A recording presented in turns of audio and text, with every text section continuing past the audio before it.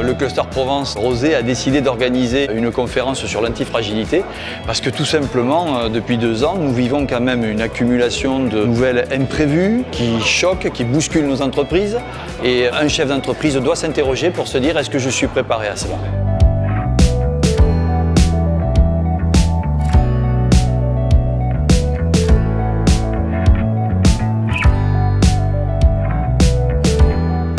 L'antifragilité, c'est l'art de se renforcer au contact des chocs, des crises, on va dire d'aléas externes de l'environnement.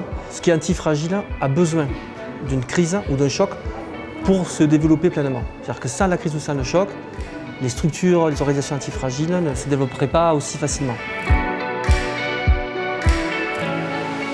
Le premier réflexe antifragile, c'est investir.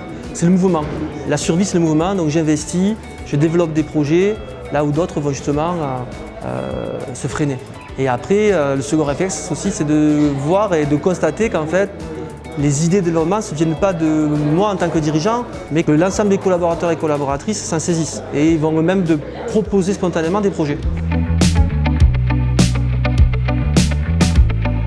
Toutes les entreprises antifragiles sont dans des fonctionnements agiles, très orientés culture client et ont mis en place des processus de gouvernance participative. La décision n'est pas le fruit simplement d'instances dirigeantes, malgré qu'il y ait toujours des comités de direction ou des COMEX, mais il y a des instances de participation où des collaborateurs, sans forcément être des managers, vont pouvoir participer à la prise de décision. Ces mêmes collaborateurs qui sont en contact direct des clients sont plus à même d'amener de l'information sur des mouvements, des signaux faibles des marchands externes.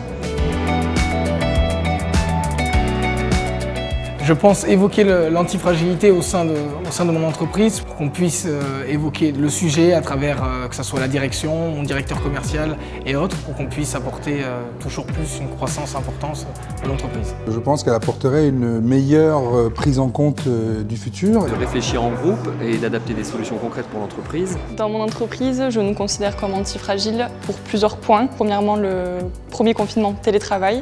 Deuxièmement, le rebond après post-crise où on a mis en place des solutions côté production pour continuer à répondre à la forte demande. Et troisièmement, l'écoute et la bonne entente au sein de toutes les équipes. Je pense que l'antifragilité, c'est une question de survie. Donc il faut que les entreprises qui veulent, on va dire, survivre aux prochaines crises, voire continuer une croissance normale malgré les crises, développent des caractéristiques antifragiles.